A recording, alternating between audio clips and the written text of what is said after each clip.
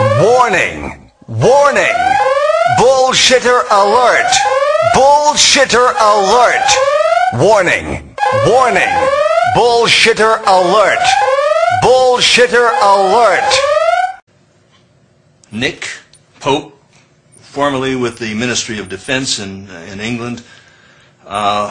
Nick, may we use this on film? Certainly. Okay.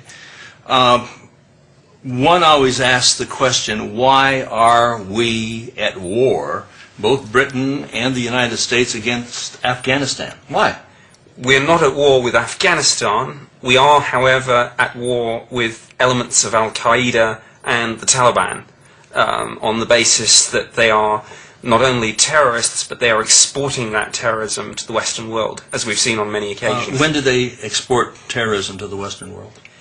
Al-Qaeda has exported terrorism on numerous occasions, the USS Cole, the embassy bombs, 9/11, and all sorts of other attacks. Wait, you say 9/11. 9/11, according to most people who have done a thorough investigation, is an inside job. No, it's not. You say no. I worked for government for 21 years. I know what governments do, I know what governments don't do, and I've looked at both sides of this. I've looked at the conspiracy theories. I've looked at the 9/11 Commission report. You're familiar with the law that allowed Adolf Hitler to become dictator of Germany, and the 9/11 law that resulted, the Homeland Security Act, is based very much on it, even word for word in some cases. Well, I would disagree with that. The Enabling Act. I would disagree with that. Okay. Can you tell me how a building could come down with simply the burning of jet fuel, which Jet A fuel burns at about 700 degrees, to melt steel? It's going to take 2,200. How could that defies logic? This is one of the popular. How is it? This is one of the popular misconceptions of 9/11.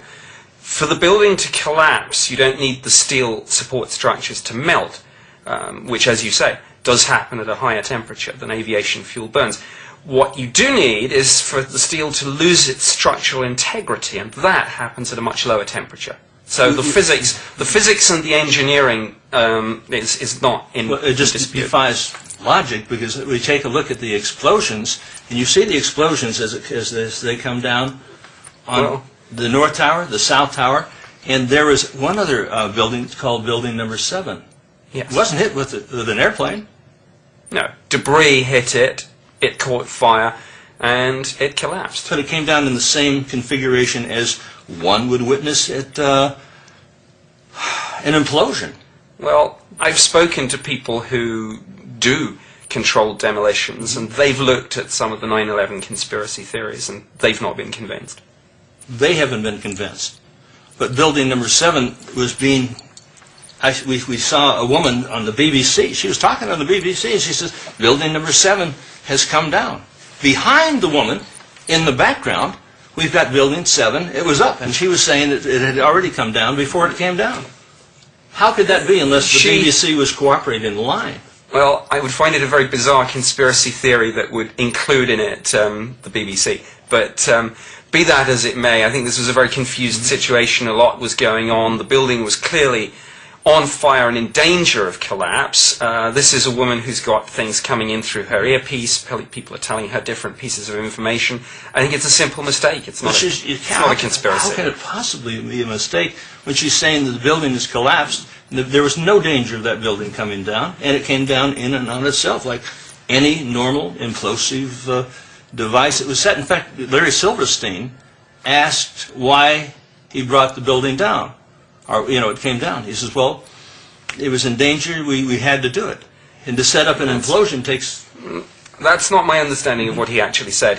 The phrase that's often used is pull it, as in bring it down. That means to bring it down. No. Actually, what he was referring to was the firefighting team that was in the building. And what Larry Silverstein said was, too many people have died already on this day. I say we get the team out of there, pull it.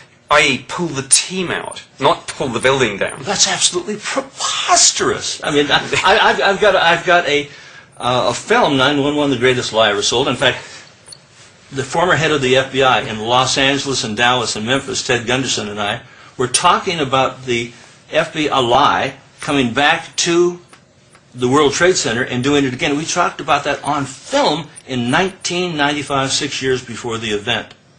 And when we talk about Al-Qaeda, it's El-Qaeda, and we see that all of this is being orchestrated to bring about a world government. Well, I don't see that happening at all. You don't see it happening? No. If anything, we live in a more fragmented society. I mean, look at what's happened since the breakup of the former Soviet Union and the end of the Cold War.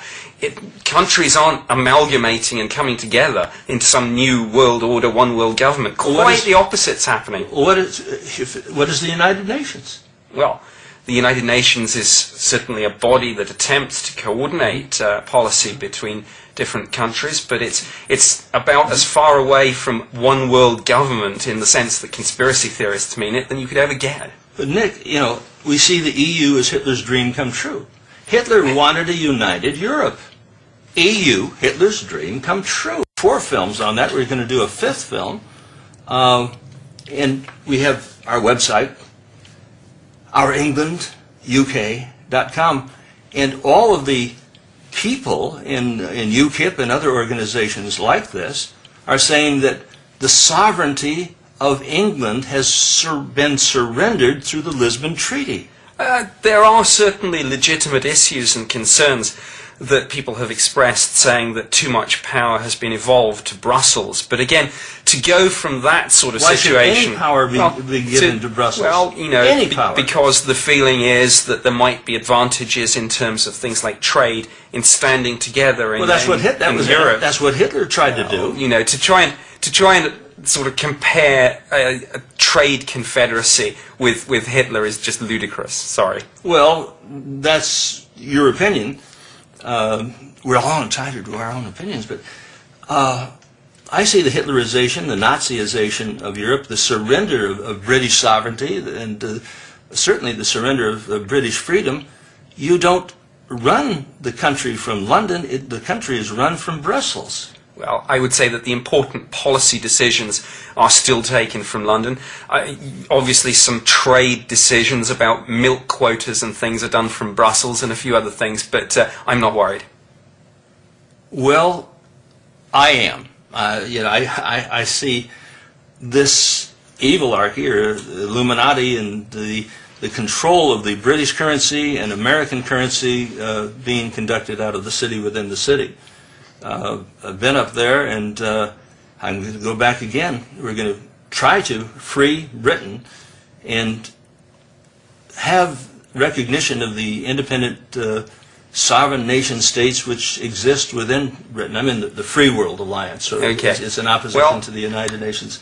I hope we can discuss these issues at more length in Phoenix. I think we will have to agree to disagree on a lot of this, but I have a plane to catch now, so going to go, but happy to pick up these issues in more detail soon. Maybe you could explain to me how steel can dissolve with Jet A fuel, which burns at 700 degrees. It didn't melt. It lost its structural integrity. That's why the building came down. You know the FBI actually paid for the bomb that went in the 1993 blast. Well, Sheikh Omar Abdul Rahman. Well, I'm not sure that's actually correct. Well, I'm going to give you a film so you can understand it. If it's in a film, it must be true. Well, thank you. Some people believe that.